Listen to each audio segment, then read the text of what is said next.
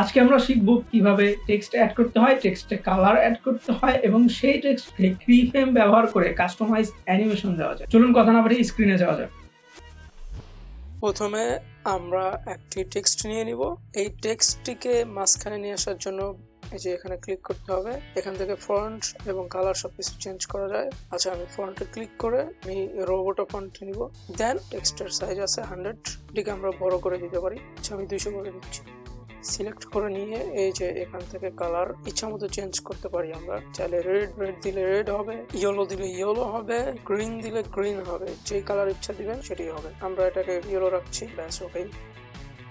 Animation দেওয়ার জন্য আমাদেরকে ইফেক্টে যেতে হবে। এই ইফেক্ট কন্ট্রোল যদি আপনারা না দেখতে পান, উইন্ডোজ থেকে ইফেক্ট কন্ট্রোলে সিলেক্ট করে নেবেন। আমার এই পুরো স্ক্রিনটি কাস্টমাইজ করা, এটি নিয়ে হয়তো সামনে ভিডিও আসবে, সো সাবস্ক্রাইব।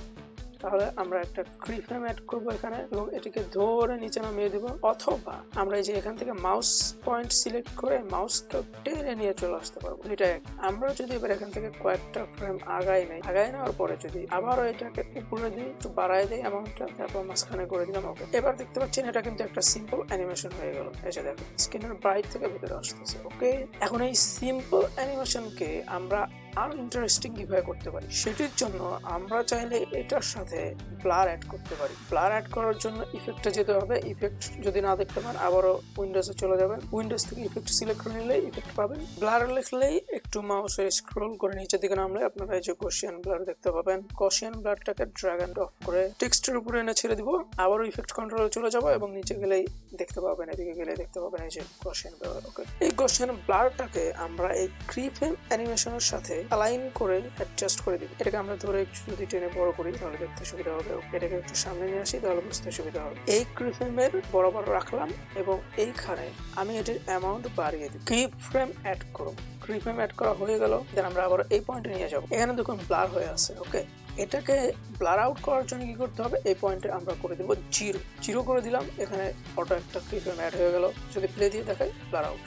টেক্সটটা একটু বড় করি। এটাকে যদি আমরা স্লো করতে চাই, জাস্ট আমরা ধরুন এই দুইটাকেই মাউস পয়েন্ট সিলেক্ট করে বাড়িয়ে দেব, তাহলে এটা আমাদের অনেকটা স্লো হয়ে যাবে। এবার এটাকে যদি আমরা আরো স্মুথ এবং সুন্দর করতে চাই, তাহলে আমাদের এখানে মাউসের রাইট ক্লিক করে মাউস পয়েন্ট এখানে নিয়ে এসে ইজ ইন করে দিতে হবে এবং এই দুইটাকে আবার যদি সিলেক্ট করে আমরা মাউসের রাইট ক্লিক নিয়ে ইজ আউট করে দেই, তাহলে এটা একটা স্মুথ অ্যানিমেশন হবে। প্লে দিয়ে দেখাই।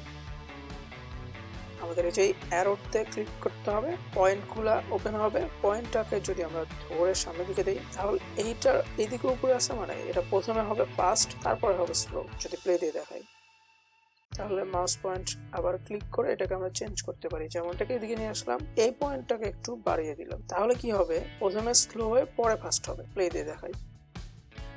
That's it. এভাবে আপনারা চাইলেই কাস্টমাইজ করে অ্যানিমেশন অ্যাড করতে পারবেন। এই যে এখান থেকে অপাসিটিতে গিয়ে পেন টুল নিয়ে আমরা একটা মাস্ক ক্রিয়েট করতে পারি। এই হয়ে গেল আমাদের একটা মাস্ক ওকে। প্রজেক্ট ফাইলে গিয়ে নিউ আইটেম থেকে আপনারা এখান থেকে এই যে কালার মেট নিতে পারবেন। কালার মেটে ক্লিক করে ইচ্ছামতো একটি কালার নেবেন। হোয়াইট কালার নিলাম। এখানে চাইলে নাম দিতে পারবেন, যেমন আমি ডাব্লু কালার যদি দিই, মানে হোয়াইট কালার। ডাব্লু কালার মেটকে এবারে নিচে নিয়ে এসে ছেড়ে দিলে ব্যাস এটা পুরোটা হোয়াইট ওকে। এবার দেখতে আশা করি সুবিধা হবে।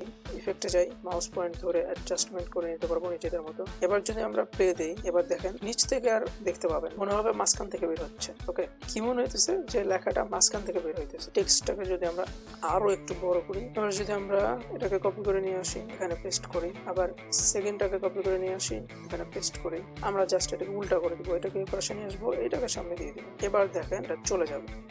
এই ছিল আজকের ভিডিও। আশা করি ভালো লেগেছে। ভালো লাগলে অবশ্যই একটি লাইক দিবেন। এমন ভিডিও নিয়মিত পেতে চ্যানেলটিকে সাবস্ক্রাইব করুন এবং বেল আইকনটি প্রেস করে রাখুন। আল্লাহ হাফেজ।